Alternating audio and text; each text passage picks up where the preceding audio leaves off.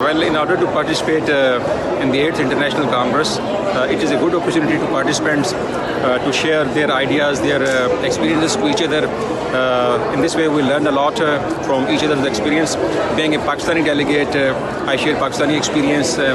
I highlight the Pakistani culture, Pakistani education system to other delegates, the prevalent aspects of Pakistani education system. So reciprocally, I learn from their ideas. So this is a good opportunity.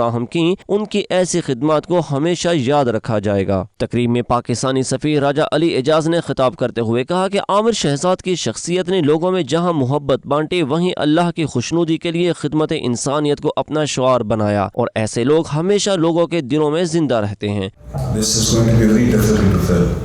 ہر شخص کی ایک اہمیت ہے اور عامر صاحب کی اپنی اہمیت تھی۔ وہ جو ایک خلا چھوڑ گئے ہیں اس کو پورا کرنا بہت مشکل کام ہے، لیکن مجھے پوری امید ہے کہ ہم سب ان کی یاد کو بھلائیں گے نہیں۔ ہم جو بھی کریں گے ان کا ایک چھوٹا سا حصہ اس کار میں ہوگا، اس کار خیر میں ہوگا، اور یوں ان کی یاد روزانہ تازہ رہے گی۔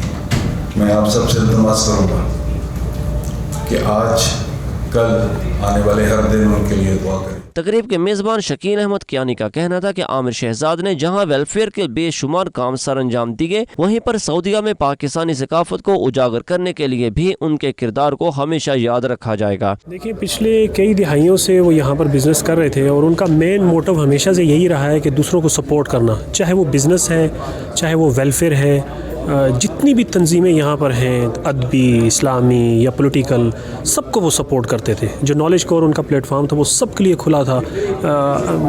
جو بزنس فورم ہے اس کا، انویسٹر فورم کا سیکٹریٹ، ڈاکٹرز فورم کا سیکٹریٹ، بزم ریاض کا سیکٹریٹ، یعنی ہر چیز، جتنی بھی ایکٹیویٹیز ہیں وہ نالج کور میں کھلے عام ہوتی تھی، اور سب کو وہ سپورٹ کرتے تھے۔ ہر دل عزیز شخصیت، ہر کسی کا خیر خواہ، اور ہر ایک کے ساتھ ان کا اپنا تعلق ایک ایسا تھا کہ بس میں کیا بتاؤں آپ کو، a great loss, a great human being we lost۔ تقریب سے فیصل الوی، عبد القیوم خان، محمد خالد رانا، رانا عبد الرؤف، شیخ اسرار، چودھری سجاد، خالد اکرم رانا اور تنویر احمد خان نے بھی خطاب کیا۔ مزید خبریں بھی آپ تک پہنچائیں گے ایک بریک کے بعد۔ دیکھتے رہیے 92 news UK۔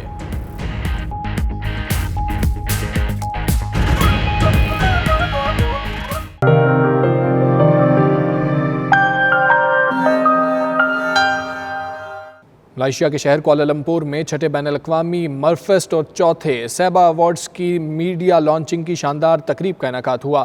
Music, yoga, dance اور دیگر صحت مند سرگرمیوں سے آراستہ 3 روزہ رنگا رنگ فیسٹیول 10 نومبر تک جاری رہے گا۔ رنگا رنگ تقریب کا مزید احوال جاوید الرحمان کی رپورٹ میں۔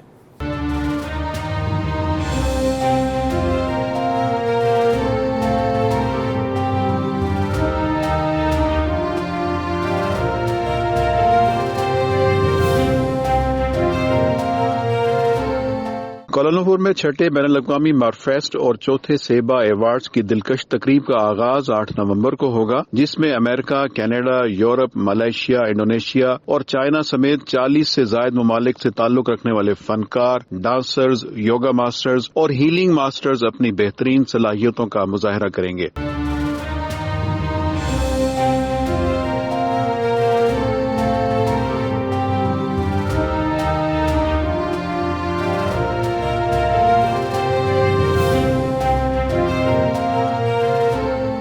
ملائیشیا کے وزیر اعظم ڈاکٹر مہاتیر بن محمد نومبر 2019 میں ہونے والی ان تقاریب کے متوقع مہمان خصوصی ہوں گے۔ آج کی تقریب سے خطاب کرتے ہوئے مقررین نے چھٹے بین الاقوامی مارفیسٹ اور SME اینڈ انٹرپرینورشپ ایوارڈز کی تفصیلات سے مقامی اور بین الاقوامی میڈیا سے تعلق رکھنے والے صحافیوں کو briefing the. The platform of SEBA this year is to show the world that there are entrepreneurs, entrepreneurs who have been successful from China. In fact, I think one of the awardees has done extremely well. Nominees have done extremely well. مارفیسٹ 2019 کی media launching کی تقریب میں ننھے بچوں سمیت بین الاقوامی فنکاروں نے شاندار پرفارمنس کا مظاہرہ کر کے شرکاء سے خوب داد وصول کی۔